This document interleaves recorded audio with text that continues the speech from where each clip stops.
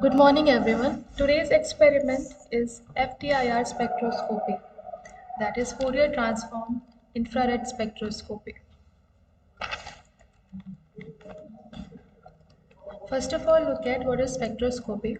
The spectroscopy is the study of interaction between matter and electromagnetic radiation. Today we will be studying and performing FTIR, that is Fourier transform spectroscopy, which is used to identify and analyze the chemical composition of a sample by measuring its infrared absorption spectrum. For this purpose, IR light is passed through the sample and the resulting absorption spectrum is analyzed to determine the types and concentration of chemical bonds present in the sample. Hence, FTIR is an effective instrument for detecting functional groups and characterizing covalent bonding information of a compound. Here, electromagnetic spectrum of all the electromagnetic radiation is given. Each kind of radiation has distinct characteristics, and different regions of electromagnetic spectrum interact with matter in different ways, which leads to different types of molecular effects. As shown here, infrared spectroscopy involves the excitation of molecular vibrations. Similarly, near UV rays causes the electronic transition in the compound, and microwaves cause rotational motion in the compounds.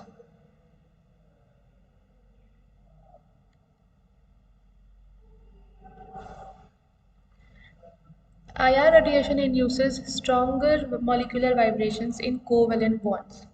Covalent bonds can vibrate in several modes, including stretching, rocking, and scissoring. Here in the diagram, different kinds of vibrations are shown. The most useful bands in infrared spectrum correspond to stretching frequencies. Here you can see different types of molecular vibrations in a compound.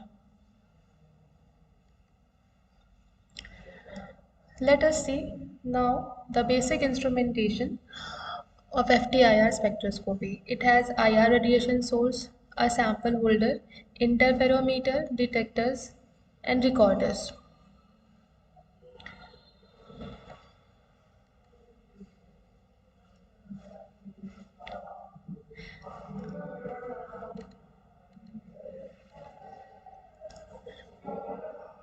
The working principle of FTIR is based on attenuated total reflection.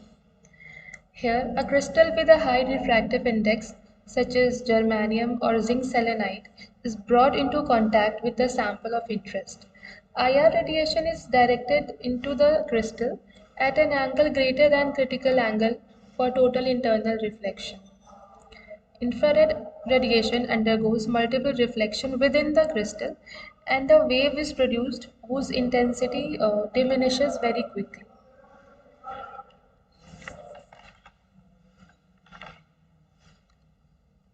This wave interacts with the sample, and attenuated total reflection results in the decreased intensity of reflected infrared radiation.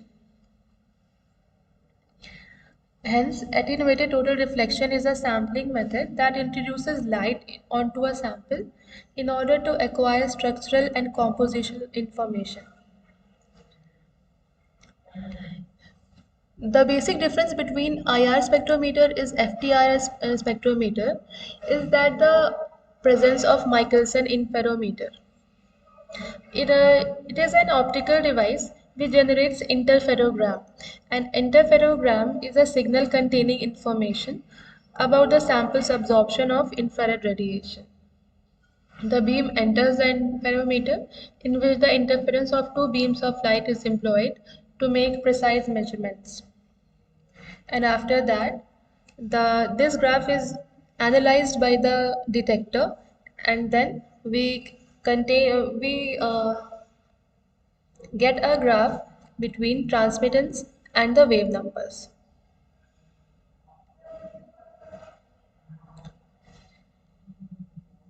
Analyzing different regions of the graph, we can interpret the kind of functional groups present in the compound.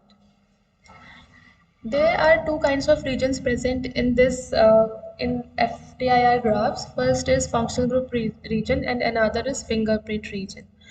Functional group region involves a region between 1500 to 4000 centimeter inverse wave number. The characteristic stretching frequency of different functional groups of compounds occurs in this region. Fingerprint region lies below 1500 centimeter inverse. It is rich in many absorption bands caused by bending vibrations. As you can see in the given graph,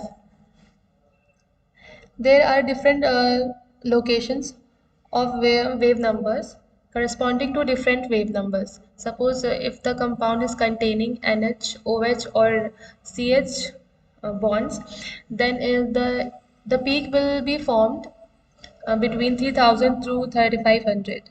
Similarly with C triple C bond, C triple N bond, etc. There is another graph showing different functional groups, uh, peaks of different functional groups found in different regions. This table basically tells the information about different functional groups and their corresponding wave numbers. The peaks can be of three types: broad, sharp, or multiplet. Broad peaks is a strong to medium peak that corresponds to a range wide wave numbers. For example, OH bond signal, if there is OH bond in the compound, then a broad peak will be observed. Sharp peak is narrow and is most of the time specific to a single wave number. If you have C double bond O bond in your compound, then this kind of peak can be observed. Similarly, if there is a aromatic compound, that is C double CH in your compound, then multiple weak peaks can be observed. There are multiple applications of FTIR spectroscopy. First is identification of organic compounds. The identity of organic compounds can be established from the fingerprint region. If the fingerprint region of an unknown compound exactly matches the fingerprint region of the known compounds, the identity of the compound is confirmed. As I told earlier, here fingerprint region is the region below 1500 centimeter inverse wave number. Another application is analysis of the functional groups. Different functional groups produce different IR absorption bands. As a result, IR spectra can be used to identify functional groups. Conformational analysis of the compounds can also be done, and geometrical isomerism can also be done using FTIR spectroscopy. It is used in distinguish between cis and trans isomers. This will be the task for today. Unknown samples will be given along with their structure. FTR spectroscopy will be performed on that compound, on that samples, and everyone will have to identify the peaks obtained, and then ultimately we'll find out what sample is that.